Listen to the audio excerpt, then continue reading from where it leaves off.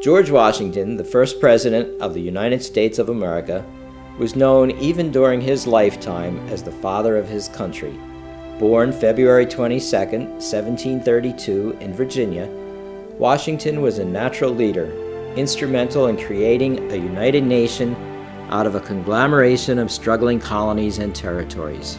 General Washington's first military experience came during the French and Indian War, a conflict between the colonies of British America and New France, which eventually escalated into the intercontinental conflict known as the French and Indian War. This war gave the future president valuable exposure to British military tactics that proved invaluable in the American Revolution to come and honed Washington's natural leadership skills. At this time, King George III of England dominated the 13 colonies along the East Coast and much of the surrounding territories. Colonists began to want their freedom and to live with a set of rules based on democracy, not under the rule of a faraway king.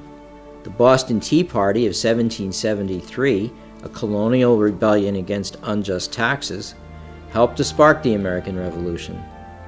Washington led and encouraged his inexperienced armies against the British forces for 8 years until the colonies won their independence.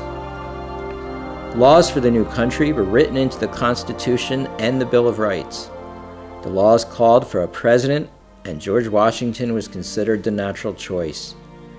He agreed to serve his country as the first president.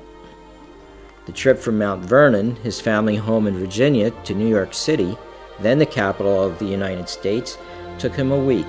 All along the way, people waited eagerly to glimpse the Revolutionary War general and their first president.